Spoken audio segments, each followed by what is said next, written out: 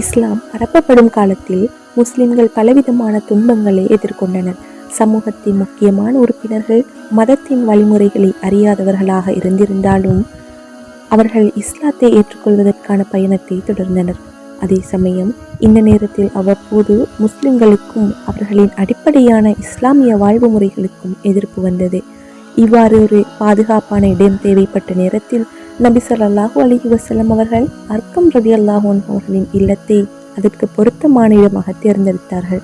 அர்க்கம் ரலியல்லாஹு அன்ஹு அவர்களின் இல்லமானது சஃபா மலையின் கீழே அமைந்த ஒரு தனி வீடாக இருந்தது. அந்த இடம் அநியாயக்காரர்களின் கண் பார்வைக்கும் அவர்களது சபைக்கும் தூரமாக இருந்தது. இதன் மூலம் முஸ்லிம்களுக்கு முழுமையான சமாதானம் மற்றும் பாதுகாப்பு கிடைக்கும் என நம்பினார்கள். இந்த வீட்டின் தன்மையான தனிமைப்படுத்தலின் காரணமாக முஸ்லிம்கள் இரகசியமாக ஒன்று கூடுவது அவசியமான காலத்தில் அங்கு கூட்டமும் கூடினார்கள்.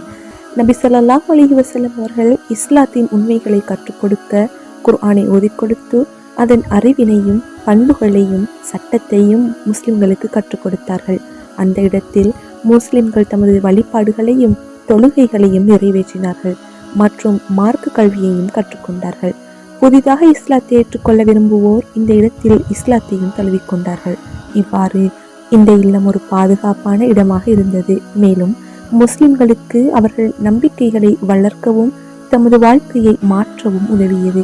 அதே சமயத்தில் முஸ்லிம்களையும் நபி ஸல்லல்லாஹு அலைஹி வஸல்லம் அவர்களையும் இஸ்லாத்தை பரப்பு மற்றும் இஸ்லாத்தின் அடிப்படைகளை கற்றுக் கொடுத்து குர்ஆன் மற்றும் ஒழுக்க நெறிகளை பரப்பி வந்த நோக்கில் சஃபா மலையின் கீழே அமைந்திருந்த அந்த அர்க்கம் ரலியல்லாஹு அன்ஹு அவர்களின் இல்லத்தில் ஒன்று கூடியிருப்பதை இணை வைப்பாளர்கள் கண்டுவிட்டால் அவர்களுக்கு துரோகமாக எதிர்ப்பை ஏற்படுத்துவார்கள் என நினைத்தார்கள். அந்த விரோதிகள் முஸ்லிம்கள் மற்றும் நபி ஸல்லல்லாஹு அலைஹி வஸல்லம் அவர்களின் நல்ல செயல் மற்றும் கருத்துக்களை தடுப்பதற்காக பல்வேறு தீய வழிகளையும் தந்திரங்களையும் பயன்படுத்தினார்கள். இதனால் இரு கூட்டத்தாருக்கிடையில் கைகலப்பு கூட நிகழ்ந்தது. இதே சமயம் நபி ஸல்லல்லாஹு அலைஹி வஸல்லம் மற்றும் அவரது தோழர்கள் ஒட்டுமொத்தமாக மலைகளுக்குள் மறைந்து இரகசியமாக தொழுவதை தொடர்ந்தார்கள். அது அவர்களுக்கு எதிரான அநியாயங்களை எதிர்த்து பாதுகாப்பான முறையில் வணங்குவதற்கான ஒரு வழியாகவும் அமைந்தது. ஆனால் ஒரு நாள் அவர்கள் தொழுவதை கண்ட குறைஷி குழுவினர் அந்த தொழுகையினை கெடுத்து அதற்கெதிராக நின்றனர். இதில் அவர்களது எதிர்ப்புக்கு எதிராக சண்டையும் ஏற்பட்டது.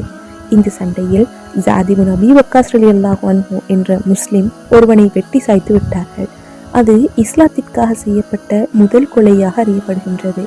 இஸ்லாம் பரவத் தொடங்கிய போது முஸ்லிம்கள் மிகுந்த பேரழிவிற்கு ஆளாக வேண்டிய நிலை ஏற்பட்டது. குறைஷியர்களின் எதிர்ப்பு மிகுந்து அவர்கள் முஸ்லிம்களை எதிர்த்து வருவதால் முஸ்லிம்கள் முழுமையாக அழிக்கப்பட கூடாது என்பதற்காக இரகசியமாக பணிகளை முன்னெடுத்தனர். இதன் மூலம் அவர்கள் தமது வணக்கங்களை மறைமுகமாக செய்ய தொடங்கினர். இக்காலத்தில் நபி ஸல்லல்லாஹு அலைஹி வஸல்லம் அவர்கள் மட்டும் தோழர்கள் இஸ்லாத்தை ஏற்றுக்கொண்டதை காட்டாமல் குறைஷிகளுக்கு முன்னிலையிலும் தமது வணக்க வழிபாடுகளையும் அழைப்பு பணியையும் பகிரங்கமாக செய்தார்கள். அவர்களுக்கு எந்த அச்சமும் இல்லை. ஏனெனில் அவர்களால் மேற்கொள்ளப்படும் இந்த காரியங்கள் முழுக்க நல்ல வழி என்பதை அவர்கள் நம்பினார்கள். அதனால் நபி ஸல்லல்லாஹு அலைஹி வஸல்லம் அவர்கள் குறைஷியர்கள் என்று கூட நினைக்காமல் இஸ்லாத்தின் அழகையும் அதன் உண்மையையும் வெளிப்படையாக காட்டும் பணியில் ஈடுபட்டார்கள். இவ்வாறு இஸ்லாத்தின் அபார வளர்ச்சி அர்க்கம் ரலியல்லாஹு அன்ஹு அவர்களின் இல்லத்திலிருந்து தொடங்கியது எனலாம்.